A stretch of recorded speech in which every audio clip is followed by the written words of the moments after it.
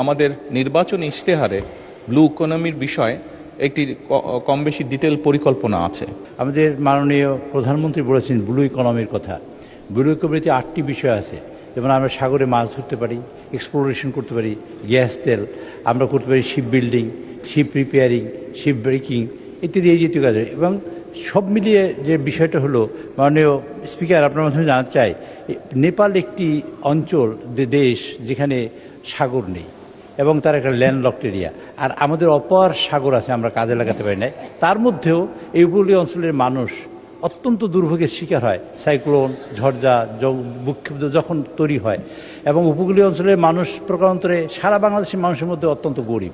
কাজে এই এলাকায় সার্বিক বিবেচনা করে মাননীয় প্রধানমন্ত্রী যদি এরকম একটি পার্বত্য চট্টগ্রাম যেরকম মন্ত্রণালয় করেছেন, এরকম একটা মন্ত্রণালয় অথবা যে বিভাগের কথা বলেছেন, আমি তাকে ধন্যবাদ জানাই যে বিশেষ বরাদ্দ এই এলাকার মানুষগুলোর জন্য। এবং উপকূলীয় অঞ্চল ইতিমধ্যেই কিন্তু উপকূলীয় অঞ্চল একটা ঘোষণা করা হয়েছে এবং সেখানে আলাদা বরাদ্দ দেওয়া হয়। তাই আমি মনে করতে চাই, আমি বলতে চাই মাননীয় প্রধানমন্ত্রীর কাছে, উপকূলীয় অঞ্চলে যারা আছেন সকল মাননীয় সংসদ সদস্যদের সমন্বয়ে অথবা সরকার যদি বিবেচনা করেন যে তাদের বরাদ্দ বেশি এবং উপকূলীয় অঞ্চলে তাদের যোগাযোগ ব্যবস্থা নিশ্চিত এবং তাদের সার্বিক উন্নয়নের লক্ষ্যে আর বর্ধিত কোনো কার্যক্রম তিনি গ্রহণ করবেন কিনা মাননীয় স্পিকার, এটা আমি জানতে চাই মাননীয় প্রধানমন্ত্রীর কাছে। মাননীয় প্রধানমন্ত্রী। ধন্যবাদ মাননীয় স্পিকার, ধন্যবাদ মাননীয় সংসদ সদস্য আপনার সম্পূরক প্রশ্নের জন্য। আপনি নিশ্চয়ই খেয়াল করেছেন আপনার যে মূল প্রশ্নটি ছিল সেখানে আমি উল্লেখ করেছি যে আমাদের নির্বাচনী ইশতেহারে ব্লু ইকোনমির বিষয়ে একটি কম বেশি ডিটেল পরিকল্পনা আছে। বাংলাদেশের বৃহৎ একটি জনগোষ্ঠী সমুদ্র অঞ্চলগুলোতে বাস করছে, ভোলা সহ, বরগুনা সহ, পটুয়াখালী সহ, কক্সবাজার সহ, চট্টগ্রাম সহ বিশাল একটি অঞ্চল বাস করছে।